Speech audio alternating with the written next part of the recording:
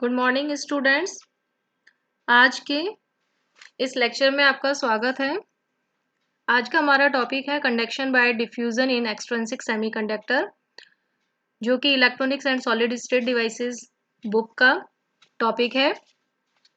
अभी तक हम एक्सट्रिंसिक सेमीकंडक्टर्स की बहुत सारी प्रॉपर्टीज के बारे में पढ़ चुके हैं और अभी हम जो पढ़ रहे हैं वो है कंडक्शन। किस एक्सट्रिंसिक सेमीकंडक्टर्स में कंडक्शन किस तरीके से होता है। हमने हमारे जो पिछले लेक्चर में आपको बताया कि दो तरीके का कंडक्शन एक्सट्रिंसिक सेमीकंडक्टर्स में होता है।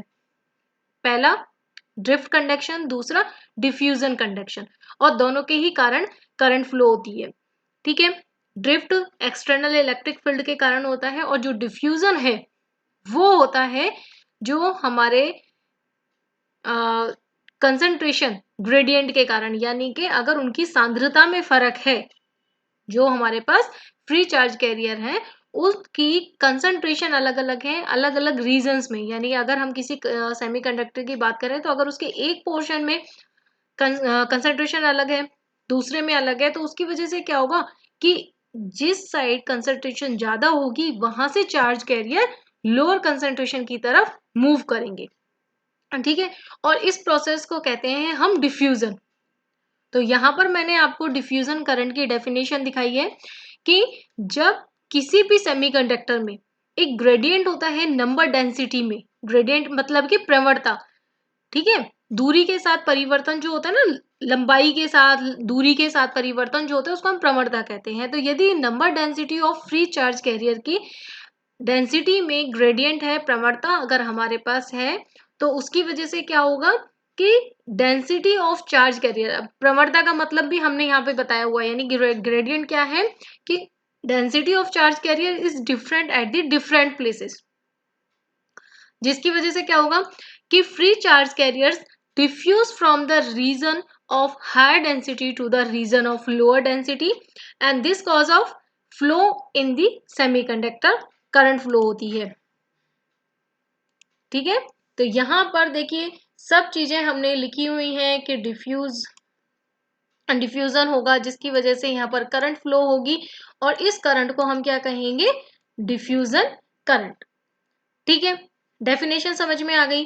अब इसके बाद हम आते हैं इसके डेरिवेशन पे कि हम इसको निकालेंगे किस तरीके से।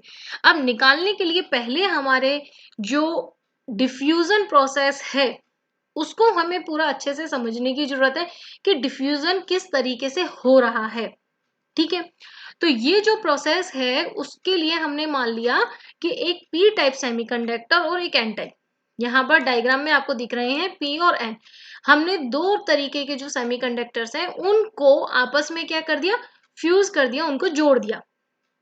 जोड़ने की वजह से क्या होगा कि उसके जैसे पी टाइप सेमीकंडक्टर है वहां पे होल्स की कंसंट्रेशन ज्यादा है, जो एन टाइप सेमीकंडक्टर है वहां पर इलेक्ट्रॉन्स की कंसंट्रेशन ज्यादा है। तो जिसकी वजह से क्या होगा कि एन सेमीकंडक्टर में इलेक्ट्रॉन्स जो हैं वो पी सेमीकंडक्टर की तरफ मूव करेंगे और जो पी सेमीकंडक्टर में होल्स हैं वो एन टाइप सेमीकंडक्टर की तरफ मूव करेंगे।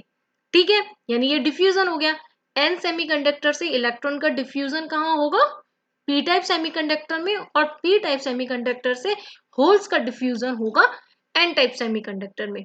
ठीक है, लेकिन जो ये पूरी प्रोसेस है ऐसा नहीं है कि पूरे के पूरे जो होल ऑफ द बॉडी है उसमें ऐसा चल रहा है, ये चीज नहीं होती। वो ये जो प्रोसेस है ये बिल्कुल उनकी जो जंक्शन है उसके पास वाले रीजन में, यानी नैरो रीजन में हम ये कह सकते हैं वहां पर होता है। ठीक है, पूरा का पूरा ऐसा नहीं है कि एन टाइप पूरे में ये प्रोसेस चल रही है, सिर्फ उनकी बाउंड्री लाइन पर जहां पर वो दोनों जुड़े हुए हैं। ठीक है, अब जब ये इस बाउंड्री रीजन पर आते हैं तो इसकी वजह से क्या होगा कि ये आपस में कोलिजन करेंगे और एनिलेट हो जाएंगे, यानी कि खत्म भी हो जाएंगे। समझे कि एक बार जैसे सारे एक साइड इलेक्ट्रॉन चले गए, एक तरफ होल्स चले गए, और फिर जो जब ये इक्विलिब्रियम में आते जाएंगे तो उसकी वजह से क्या होगा, बीच में यानी जंक्शन वाले पॉइंट पर उनका एनिलेशन हो जाएगा और एक थोड़ी देर बाद यहां पर क्या होगा, एक डिप्लीशन लेयर बन जाएगी। ठीक है, अब डिप्लीशन लेयर की वजह से क्या होगा कि जो यहां पर जैसे देखिए कि एन टाइप जो इलेक्ट्रॉन, एन टाइप सेमीकंडक्टर से इलेक्ट्रॉन्स इधर की तरफ गए। ठीक है, तो ई हमारे पास है, यहां से हमारे पास होल्स गए, ठीक है। तो यहां पर हमारे पास क्या हो गया चार्ज, पॉजिटिव, यहां पर चार्ज हो गया नेगेटिव। अब जो डिप्लीशन लेयर यहां पर हमारे पास बनेगी, तो उसमें क्या होगा कि पी टाइप सेमीकंडक्टर की साइड, तो उसमें हमारे पास जो जो उसमें सीमा होगी उसकी डिप्लीशन लेयर की, वहां पर नेगेटिव पोल बनेगा, और जो एन टाइप सेमीकंडक्टर की तरफ है वहां पर पॉजिटिव। तो एक तरीके से ये जो पोटेंशियल में डिफरेंस प्रोड्यूस हो रहा है इस डिप्लीशन लेयर की वजह से, तो इसकी वजह से भी क्या होगा, एक इलेक्ट्रिक फील्ड जनरेट हो जाएगा, ठीक है ना। ये रहा कि are depletion layer and electric field is generated, ठीक है। अब इक्विलिब्रियम में क्या होगा कि इस डिप्लीशन लेयर के कारण जो इलेक्ट्रिक फील्ड है वो किसके बराबर हो जाएगा, force due to concentration gradient which stops further diffusion. और जिसकी वजह से जैसे थोड़ी देर बाद क्या होगा कि ये जो डिप्लीशन लेयर के कारण जो इलेक्ट्रिक फील्ड प्रोड्यूस हुआ है वो उसको क्या कर देगा, डिफ्यूजन को रोक देगा, स्टॉप फर्दर डिफ्यूजन, ठीक है, उसको आगे नहीं होने देगा, ठीक है। इतनी बात समझ में आ जाती है कि भाई यहां से इलेक्ट्रॉन जाएंगे, वहां से होल आएंगे, एक डिप्लीशन लेयर बनेगी, डिप्लीशन लेयर के जो पोल्स बनेंगे जो इलेक्ट्रिक फील्ड के लिए, उनमें इस चीज का हमें ध्यान रखना है कि पॉजिटिव यानी पी सेमीकंडक्टर की तरफ नेगेटिव पोल होगा डिप्लीशन लेयर का, और एन टाइप सेमीकंडक्टर की तरफ पॉजिटिव पोल होगा। इस चीज को अपने दिमाग में आप जरूर रखें। अब ये हो गया हमारे पास थ्योरेटिकल। अब थ्योरेटिकल होने के बाद अब हम मैथमेटिकल पर आ जाएं कि मैथमेटिकली अब हम इसे किस तरीके से रिप्रेजेंट करेंगे। तो इसके लिए हम क्या करते हैं कि हमने एक फ्यूजन लिया है। अब जैसे हमने अभी भी बताया कि होल्स जो हैं वो एक साइड से दूसरी साइड आएंगे, तो हम यहाँ पर सिंपली ले रहे हैं एक्स डायरेक्शन को, ठीक है। हम हमारे जो एनालिसिस है उसको सिंपल रखना चाहते हैं, ज्यादा कॉम्प्लिकेट नहीं रखना चाहते। भाई हो सकता है कि जो चार्ज कैरियर का मोशन है वो आपके प्लस एक्स में ही नहीं, हॉरिजॉन्टल भी हो सकता है, किसी एंगल पर भी हो सकता है, लेकिन हम सिर्फ उन्हीं के लिए कंसंट्रेट कर रहे हैं अभी जिनके में कि भाई प्लस एक्स डायरेक्शन में है, ठीक है। अभी हम स्टडी कर रहे हैं होल्स के लिए। तो होल्स के लिए हमने ये मान लिया कि भी जो ये एक्स पोजीशन है उस पर इसकी कंसंट्रेशन पी है, ठीक है, होल्स डेंसिटी पी है। अब यदि मान लीजिए एक्स प्लस डेल्टा एक्स पर दो हमने पोजीशन लिए हैं, यहाँ पर एक्स प्लस डेल्टा एक्स और एक्स माइनस डेल्टा एक्स।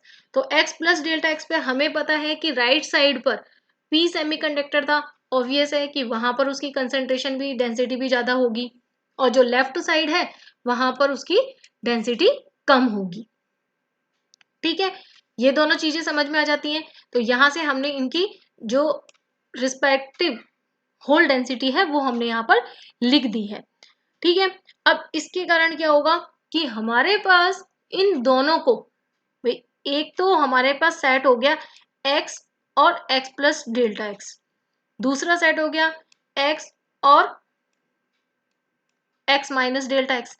अब इन दोनों सेटों के लिए हम क्या करते हैं कि मीन होल डेंसिटी निकाल लेते हैं। अब यहाँ पर जैसे हमने फर्स्ट जो है टर्म है उसमें हमने निकाली है x और x माइनस डेल्टा एक्स पर, तो होल जो मीन निकालेंगे तो ऑब्वियस है कि दोनों को जोड़ेंगे और फिर डिवाइडेड बाय 2 कर देंगे। इसी तरीके से हम x और x प्लस डेल्टा एक्स के लिए निकालेंगे, तो हमारे पास ये वैल्यू आ जाएगी mean hole density between the x and x plus delta x, ठीक है। यहां तक सिंपल है, चीजें समझने में कोई दिक्कत नहीं है। अब इसके बाद हम क्या करेंगे कि अब हम निकालेंगे total number of holes in between the planes x और x minus delta x. Density हमने निकाल ली है। अब डेंसिटी के लिए के बाद हमें जब इनके नंबर्स निकालने हैं, ठीक है ना, तो नंबर्स निकालने के लिए हमें क्या करना है, अब हमने यहां पर एक चीज ले ली कि यूनिट एरिया क्रॉस सेक्शन की, हम एरिया को यूनिट ले रहे हैं। तो अब उनकी जो बीच की लंबाई है, अब जब होल सारे नंबर निकालने हैं डेंसिटी से तो वॉल्यूम से मल्टीप्लाई करना पड़ेगा, वॉल्यूम इज इक्वल टू है एरिया इंटू लेंथ। अब इनके बीच की जो लेंथ है यहां से लेकर के यहां तक वो कितनी है, डेल्टा एक्स है, और वॉल्यूम हमने ले लिया यूनिट तो जिसकी वजह से हम उसके नंबर्स को सिंपली डेल्टा एक्स से मल्टीप्लाई करके निकाल सकते हैं। तो ये हमारे पास हो गए लेफ्ट हैंड साइड जाने वाले। अब यहाँ पर हमारे पास अब चूंकि रैंडम मोशन है तो प्रोबेबिलिटी भी क्या होगी कि होल्स प्लस एक्स डायरेक्शन में भी जाएंगे माइनस एक्स डायरेक्शन में जाएंगे और प्रोबेबिलिटी दोनों की ही इक्वल होगी। तो अब इक्वल होने की वजह से क्या होगा कि हमारे पास जो नंबर ऑफ होल्स हैं जो उस प्लेन को क्रॉस करेंगे डेल्टा टी समय में वो नंबर हो जाएंगे। यहां पर हमने हाफ कर दिया, यहां पर जो संख्या आई थी उसको हमने हाफ कर दिया क्योंकि प्रोबेबिलिटी की वजह से। और उसके बाद जो एक्स प्लेन को टूवर्ड्स द राइट उसको क्रॉस करने वाले number of hole crossing the plane P, plane x को क्रॉस करने वाले जो नंबर ऑफ होल्स हैं जो कहां से आ रहे हैं एक्स माइनस डेल्टा एक्स से, ठीक है, टूवर्ड्स द राइट, इस साइड जा रहे हैं, राइट साइड जा रहे हैं। तो उसके लिए हम क्या कर रहे हैं, इनको सिंपली हमने डेल्टा टी से डिवाइड कर दिया। यहां से हमारे पास संख्या आई, ठीक है, डेल्टा टी समय में जितने क्रॉस करेंगे तो हमने यहाँ पर अब जो पी आर है वो राइट साइड को शो कर रहा है और यहाँ पर डेल्टा एक्स अपॉन में delta t v thermal velocity of hole से हमने रिप्रेजेंट कर दिया और हमारे पास ये इक्वेशन आ जाती है। अब इसी तरीके से एक्स प्लस डेल्टा एक्स से प्लेन से जो इलेक्ट्रॉन्स वो होल्स चल करके एक्स को क्रॉस कर रहे हैं और कहाँ की तरफ जा रहे हैं, लेफ्ट टू साइड जा रहे हैं, उनका जो संख्या है वो हमने यहां पर इस तरीके से निकाल लिया। Again v thermal velocity of the holes है। अब टोटल नंबर ऑफ होल्स जो कि राइट साइड जा रहे हैं लेफ्ट साइड जा रहे हैं दोनों प्लस डायरेक्शन को शो कर रहे हैं। तो उसके लिए हमें क्या करना होगा कि भाई प्लस एक्स डायरेक्शन में अगर हम देख रहे हैं तो राइट साइड वालों को तो हम प्लस ले लेंगे और जो लेफ्ट साइड वाले हैं उनको उसमें से माइनस कर देंगे। तो टोटल नंबर ऑफ होल्स जो हमारे पास एक्स डायरेक्शन में डिफ्यूज होने वाले हैं उनको हम इस तरीके से माइनस करके निकाल सकते हैं और इक्वेशन नंबर फर्स्ट हमें प्राप्त हो जाएगी, ठीक है। अब इस इक्वेशन को निकालने के बाद हमें इससे कुछ नहीं करना है। अब हम बात करते हैं हमारे डिफ्यूजन की डेफिनेशन से कि डेफिनेशन के अकॉर्डिंग अगर हम डिफ्यूजन के कारण जो नेट फ्लक्स डेंसिटी है उसको देखते हैं तो that is equal to minus diffusion coefficient multiply by concentration gradient, ठीक है। अब डिफ्यूजन कांस्टेंट को अगर हम डी एच कह रहे हैं एच फॉर दी होल और कंसंट्रेशन ग्रेडियंट यानी कि D del p over del x, ठीक है, कि number of change in hole with respect to distance, दूरी के साथ होल की संख्या में परिवर्तन। तो इस जो इक्वेशन नंबर सेकंड है, अब ये और ये जो इक्वेशन नंबर फर्स्ट है ये दोनों लगभग सिमिलर चीजों को ही बता रहे हैं। भाई यहाँ पर भी हमने नेट फ्लो ऑफ होल्स लिया है, यहाँ पर भी नेट फ्लक्स ही ले रहे हैं, तो that is equal to number of holes. तो इनको जब हम दोनों इन दोनों इक्वेशंस को हम कंपेयर करते हैं तो हमें क्या मिल जाता है कि D H is equal to half v delta x, ठीक है, जो कि होल डिफ्यूजन कांस्टेंट को बताता है, ठीक है। अब ये डिफ्यूजन कांस्टेंट आ गया तो अब हम इधर से करंट डेंसिटी निकाल सकते हैं। करंट डेंसिटी हमारे पास किस तरीके से निकल जाएगी कि J H dash is equal to minus E D H into this, ठीक है। डी एच निकलने के बाद अब जो टोटल करंट डेंसिटी है जो कि दो टर्म्स को मिला के बनेगी, ये हमारे पास है ड्रिफ्ट करंट डेंसिटी, ये है डिफ्यूजन करंट डेंसिटी। अब जो ड्रिफ्ट वाली है वो हमने लास्ट लेक्चर में निकाली थी तो वहां से हमने इसकी वैल्यू को लिया है। अब हम यहां से डिफ्यूजन निकालने के बाद डिफ्यूजन को लिखा है, ड्रिफ्ट वेलोसिटी पॉजिटिव थी, ड्रिफ्ट जो करंट डेंसिटी थी वो पॉजिटिव वैल्यू निकली थी, यहाँ से डिफ्यूजन नेगेटिव है और दोनों को मिलाने के बाद हमारे पास total current density in the presence of external electric field वो हमें प्राप्त हो जाती है। अब ये यहां तक जो हमने बात की है वो की है इलेक्ट्रॉन्स की, तो ऑब्वियस है सेम इसी प्रोसेस को यूज करते हुए हम किसके लिए भी निकाल सकते हैं, इलेक्ट्रॉन्स के लिए निकाल सकते हैं। अब हम इलेक्ट्रॉन्स के लिए जो कंसंट्रेशन ग्रेडियंट है वो delta n upon delta x ले लेंगे। वहां पर हमने ली थी delta p over delta x, दोनों में फर्क है, P for the positive charge, N for the negative charge.